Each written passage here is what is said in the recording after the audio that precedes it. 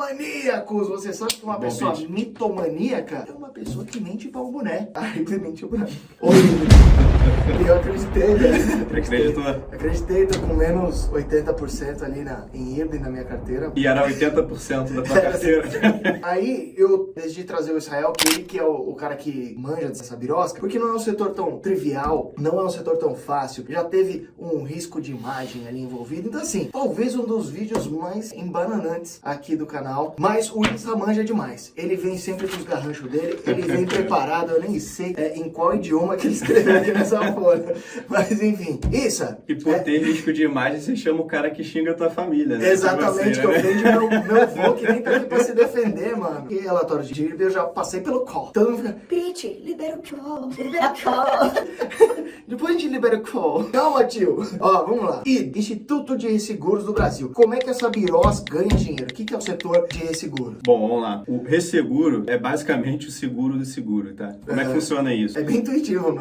As seguradoras, elas têm um limite ali de atuação por conta de risco, né? Elas medem o risco que elas podem correr. Por exemplo, eu vou contratar um seguro, vamos supor que a Petrobras contrate um seguro para uma plataforma. E aí, Ninguém quer correr aquele risco sozinho, né? ninguém quer correr Se aquele deixa risco sozinho, porque se der alguma coisa errada ali, são milhões e milhões de dólares. Sim. E aí, naturalmente, o que eles fazem para se precaver? Chamam uma resseguradora para participar e diluir o risco que ela vai ter ali se exposto. Então, a resseguradora, ela faz esse trabalho de diminuir o risco que as seguradoras se expõem. Então, o cliente da resseguradora é a própria seguradora. É a própria seguradora. Então, assim, o risco do sistema como um todo é muito diluído por conta da existência de uma resseguradora. Excelente. Aqui temos um gráfico de distribuição de receita do IRB. Eu sempre falo a IRB.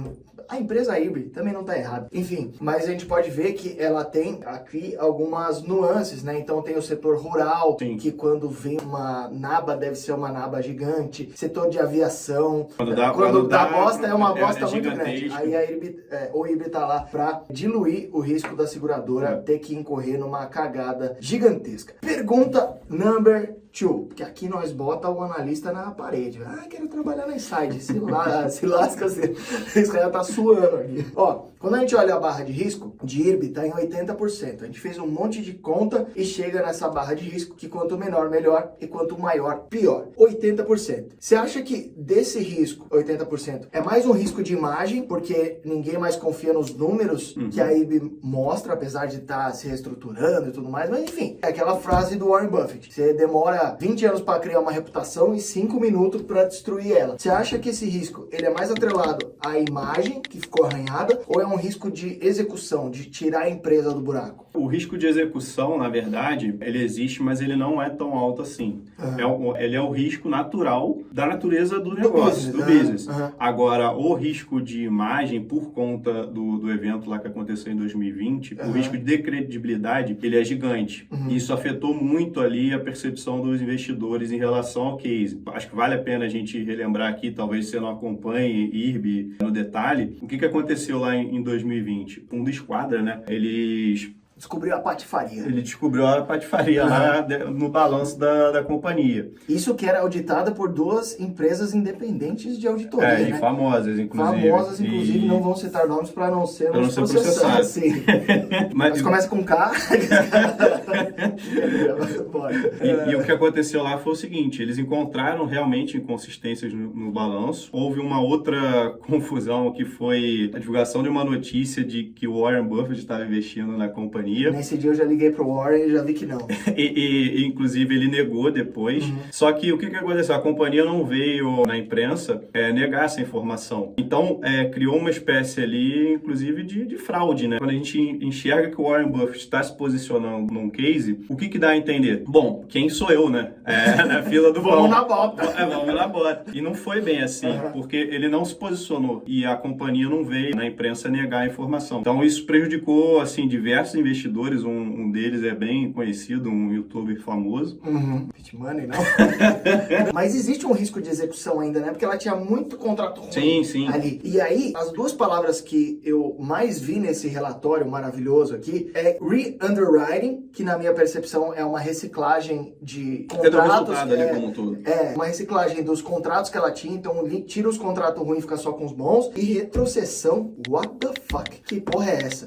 Quer explicar pra nós? Que era a pergunta número 3. É legal explicar, assim, começando a pensar primeiro numa empresa usual. Vamos supor ali uma varejista. Como é que é a demonstração do resultado de uma varejista? Tem a receita, tem as despesas, e aí, consequentemente, você chega no EBITDA. Quando você pensa lá em resseguro, não é bem assim. O que seria a receita de uma companhia de resseguro? Seriam os prêmios.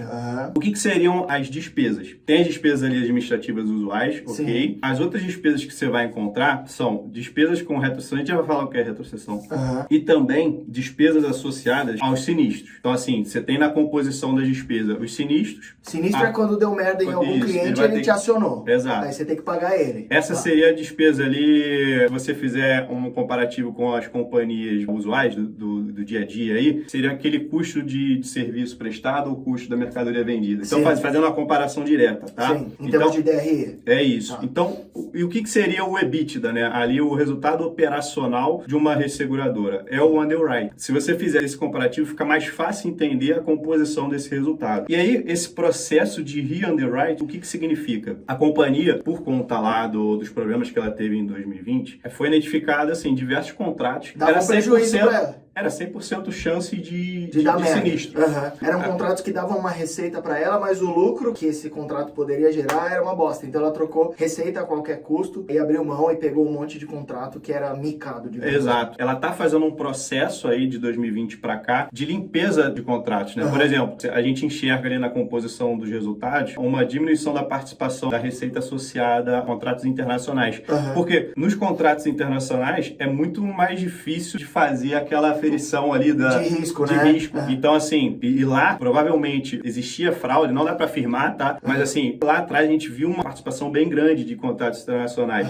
E agora vem fazendo essa limpeza para melhorar ali esse aspecto de qualidade, né? Qualidade do balanço. Eu li aqui em algum momento do relatório que eles revisaram mais de 500 contratos, né? Para saber o que era um lixo que ia se lascar. Então, assim, o re-underwriting... Desculpa, você perguntou o que é retrocessão também, o re-underwriting é uma reciclagem de contrato, tira o que é ruim, deixa só o que dá lucro. What the fuck is retrocessão? Retrocessão é o seguinte, pensa que a seguradora, ela contrata uma resseguradora para diminuir a exposição de risco dela. A resseguradora, ela também faz o mesmo processo. Se ela vê que... Ela tem uma resseguradora? Exato. Ela não tem uma instituição que acima dela, né, que é o caso de seguradores. Mas ela pode compartilhar o risco dela com outras resseguradoras ou com outras seguradoras. Tá, voltar um passo para baixo com outras... Vamos supor que, por exemplo, uma seguradora não tem um risco tão alto ali de exposição em, por exemplo, aviação. Só que a IRB tem. Ela pode negociar com essa seguradora e compartilhar esse risco. E aí, o que acontece? Quando vier a receita lá dos prêmios emitidos, vamos supor que seja meio a meio. 50% para a IRB e 50% do risco para outra seguradora. Porto Seguro, por exemplo. Exato. A receita vai entrar 50% na IRB e a outra receita, a outra parte da receita, vai entrar como despesa de retrocessão ali no balanço. Entendi. Então é um compartilhamento que elas têm ali em termos de custo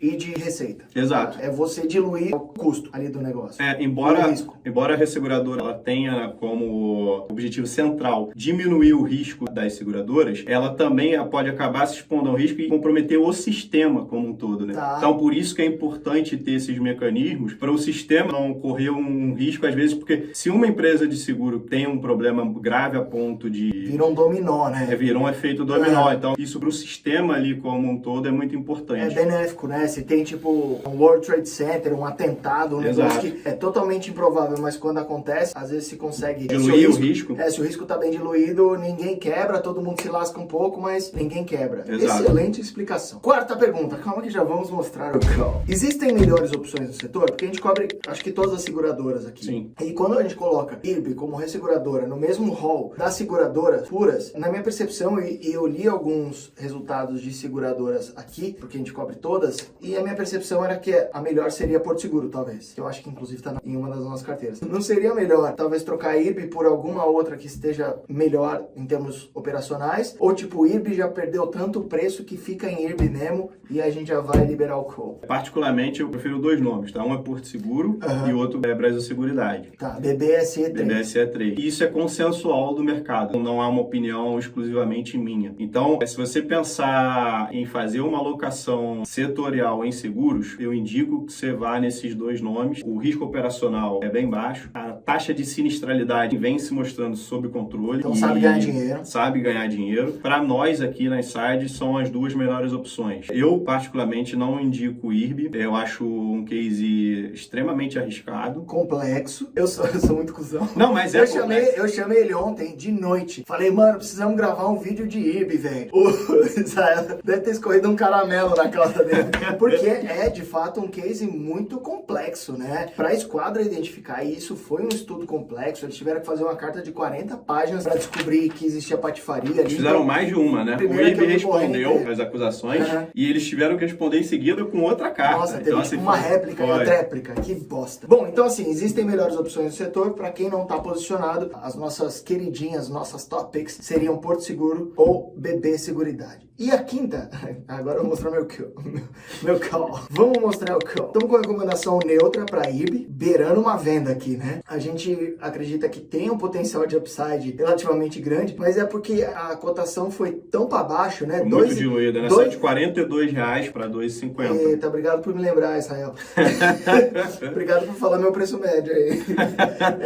Então assim, a gente acha que é uma empresa para valer R$3,78. Para quem já tá em IRB, tá lascado, vai tomar um DRE e manter, reza uns Pai Nosso, reza uns terço bizantino. Neutro significa quem tá dentro, segura a tanga. Espero que você esteja diversificado assim como eu estava e nem vi na minha carteira o impacto que isso teve. E quem quiser entrar no setor de seguros ou de resseguros, vá para as seguradoras Porto Seguro ou BB Seguridade. That's fucking it. Não foi pro beleléu, é complexo. Esse processo aí de re-underwriting, acho que vai favorecer a companhia no médio e longo prazo. Tá demorando para fazer essa porra, hein? Sim, mas assim, a perspectiva é que, de fato, operacionalmente isso melhore. Só que assim, quando a gente fala de credibilidade, você sai do zero e conquista, assim, ok. Agora, sair de um ponto que é negativo é muito difícil. Ela acabou comprometendo, de fato, a credibilidade dela com os investidores. A gente enxerga um potencial de upside que é relativamente alto, mas é simplesmente por conta de valuation.